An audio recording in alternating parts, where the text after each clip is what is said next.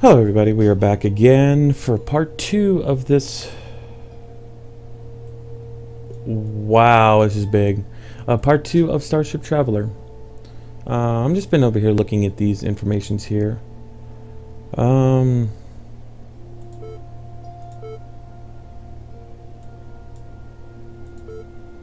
Fancy. Seraph. Ooh, that actually looks pretty cool. Just making sure this is all good. Yeah, I like that look. What else we have up here? I don't know what these two are. I don't want to mess them because they really don't say anything. It's probably bookmarks. Back on the bridge, you set coordinates for your next journey. Another life-bearing planet that orbits the sun a little further out. Medical Officer Doc Holliday tends to the wounded aboard the ship. 2 staminas are restored to any injured crew. Let's head for that purple sun. Approaching the purple star, your scanners indicate that the second planet has an atmosphere ideal for life.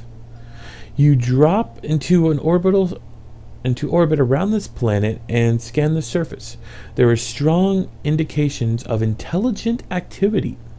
Indeed, it is likely that this planet's own civilization is further advanced than your own. Well, let's go down. Okay. Science officer.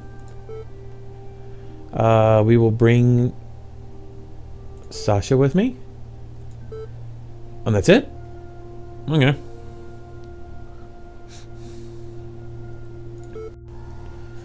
You try off-frequency broadcast several times, but receive no messages. In reply, you and your crew enter the transmatter unit and beam down to the surface. You materialize on a deserted street. Tall buildings on one side tower over you, while on the other side of the street, the buildings are small. Perhaps these are private dwellings. The architecture is alien, but no life of any kind can be seen. In the distance ahead of you, down the road, you can hear a whirring sound. Soon you see a strange vehicle, which seems to be heading towards you. It is a hover car of some kind, moving slowly. As you decide what to do... Hang on, I just clicked off my screen. Your picks up something. Over here, quick! You look around to see a human-sized, somewhat insect-shaped creature beckoning you into one of the small buildings. Okay. You run off the road and follow him into the building. Just in time, he exclaims. You don't want the PCs to find you on the street, do you? You have no idea what he's talking about. You explain you're not from this planet. He is on his guard. You reassure him that you mean no harm, that you just want information which may help you get home. He calms down. You are on the planet Coal Matter, he informs you. The PCs have just escaped from the population controllers. On this planet, no one dies. As the population increases, this is necessary to exterminate some of us to make room for others. The PCs have the authority to exterminate anyone they like, within certain quota limits. Without reason, they would certainly have killed you. And they would certainly have killed you had they caught you outside of curfew hours. Suddenly, the door crashes open and 3 creatures of armored uniform step in. I thought I saw them enter this building, the leader declares. Outside, he orders. Your host protests that you are aliens and do not know about the curfew laws. The PC leader points a finger at and an electric blue ray burns through his chest. You decide it would be prudent to obey the PC's orders.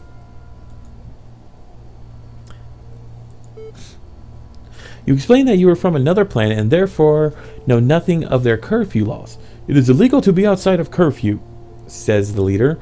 Penalty is extermination. Enter this vehicle. Ooh. Well, I brought my main person. Um...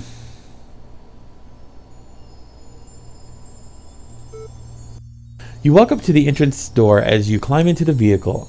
As you pass by the aliens, you signal the others, and the three of you spring on them. This provides a rather fruitless exercise as the three creatures are immensely strong. They fling you to the ground, but as you fall, you manage to grab the helmet off one of the aliens. It stops dead in its tracks. It stops dead in its tracks in a very artificial pose, as if someone had suddenly turned it off. The leader grabs the helmet and replaces it on his colleague, who instantly springs back to life. You realize you will be not a match for these creatures. As you enter, the vehicle rocks from side to side. Your captors climb in and start the hover engine. You swing the car around the way it came. You travel for half an hour or so and finally stop outside a large round building. Oh crap, I lost my spot. Damn it, I clicked out again. The other cars have stopped there as well, and numerous aliens are being led into the building. You are taken inside and put in the room which is evidently a cell of some kind, along with 4 aliens. They seem resigned to the fact that they are about to be exterminated as part of population control program. You cannot understand why they are so unemotional about their impending death. One of the uniformed creatures calls for your party. You will have to act quickly. Try and fight. Fighting is not going to help in this situation. I can try to contact my ship and get us beamed out of here. You make a request, but the alien merely shoves you forward. It is not possible, it replies. You are to be taken to the extermination chamber now. Time to overpower. As you follow the armored guard towards a long tunnel, you seize your opportunity to spring. The creature is immensely strong, but your numbers may give you the upper hand. If the battle goes badly, you may surrender, but only if you or one of your opinions has been reduced to 4 stamina points or less. Okay, how do I want to do this?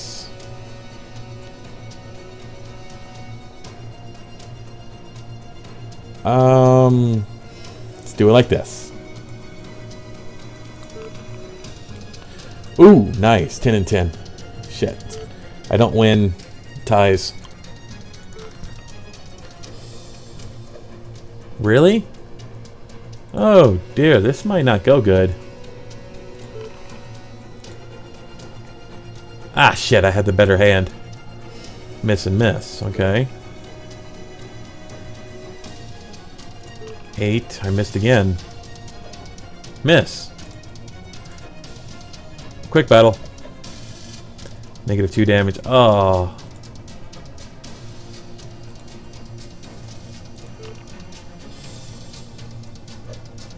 Really?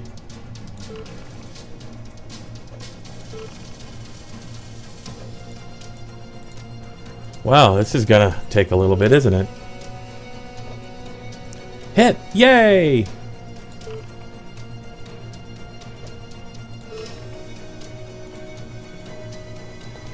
Oh, I miss? Ah, crap.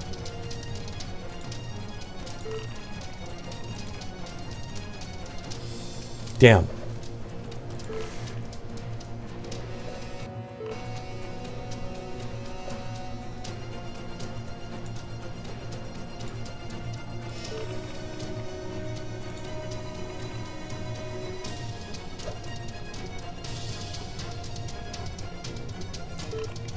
Looks like I need an 18 to hit.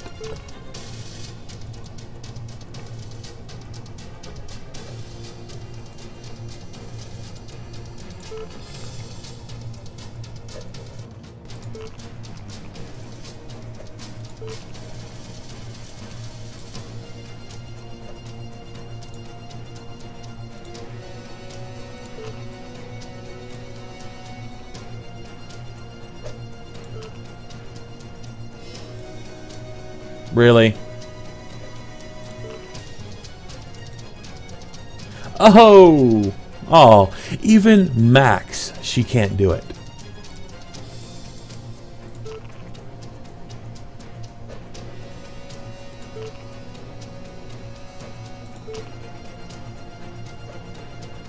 Okay.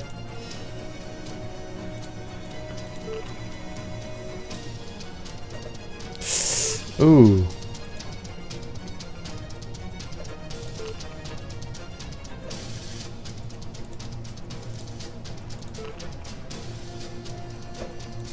Ow.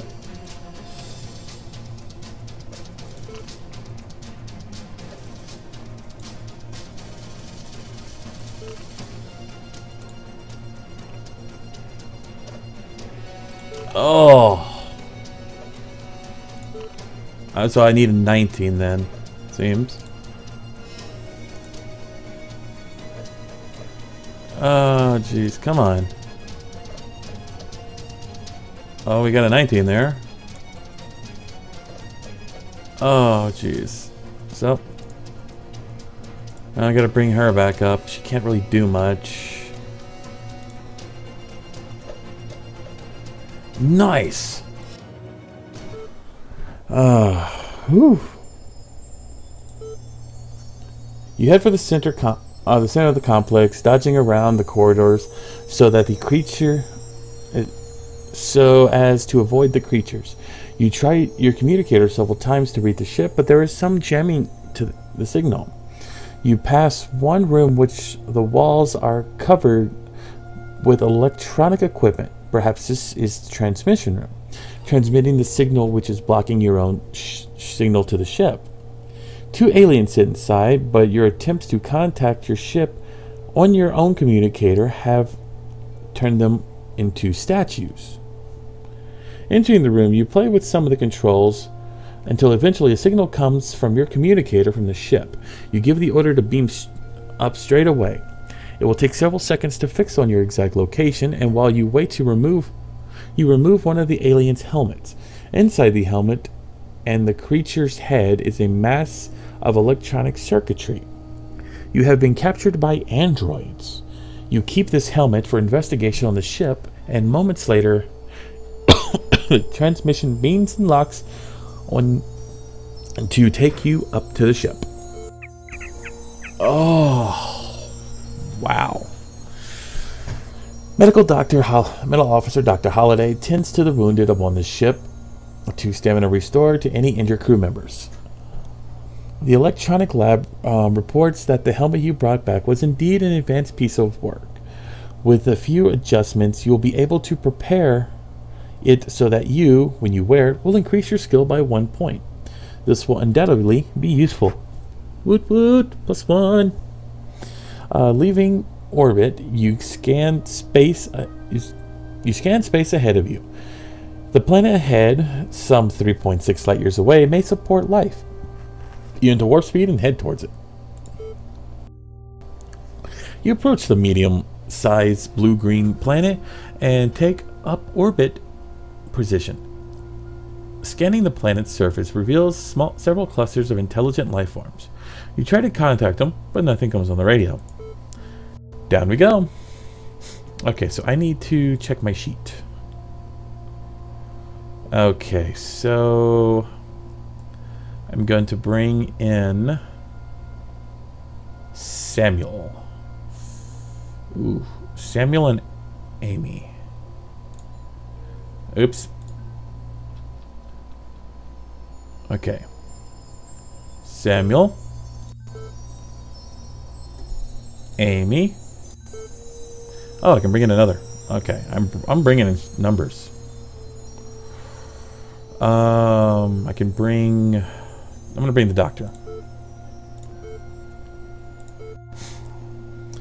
You land on the planet and look around. Thunderstorm is raging around you. It is pouring with rain. You are standing on a rocky ground with 100 meters from what appears to be a village of some kind.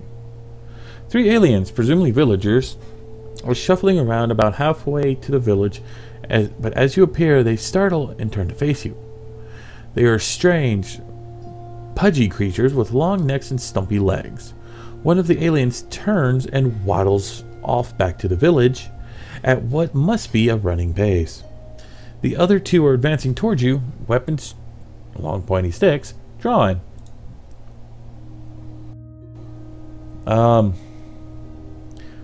Wait for the aliens. I don't want to piss these guys off. Though your translator, you talk to them explaining your mission. They are suspicious and hold you at bay with their weapons, but agree to take you to the village elder to talk. As you enter the village area, other aliens shuffle towards you inquisitively. You are marched to a large hut in the center of the clearing to meet the village elder. You enter this hut and see a large, somewhat wrinkled alien squatting in a far corner. After you have exchanged introductions, you begin to question him. Astronomy? The planet. The alien is quite talkative creatures and tells you that you are on the planet Kilba, or Silba. On the surface of the planet, there are many villages of similar creatures. Their stage of cultural development is approximately that of the Middle Ages on Earth. They are an agricultural race. The weather of the planet used to be excellent, but bad weather has ruined the crops for several seasons. The weather is controlled by someone who refers to as the Rain Lord, who lives in a fortified castle 2 hours' journey from the village. The Rain Lord is, as believed, punishing them for this bad weather. As the crops have been failing, the village has been hit with famine and disease. Okay, medical officer. Doc Holliday is taken round to some of the huts to see if he can do anything. Okay, you must roll equal or lower than Doc Holliday's medical skill of 7 to succeed. Okay, that is average, right? Doc, okay, yeah, he has a 7. Roll big.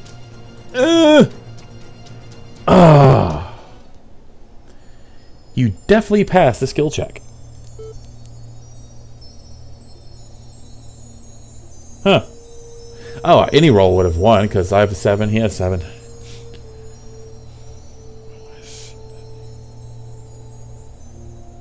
Oh, conditions are very primitive. Medical Officer Doc Holliday notices that many of the aliens have a fever and tries a drug which appears to bring their fever down. The aliens are grateful for your help. Woot woot. Returns and complains of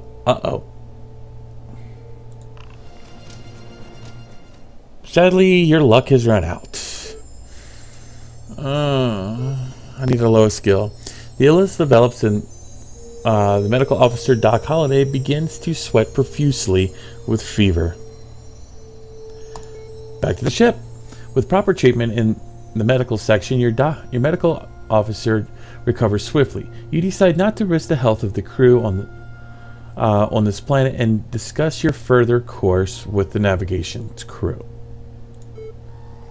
You leave orbit and probe your scanners for likely destinations. Some 3.3 light years away is a large red planet which you can head towards.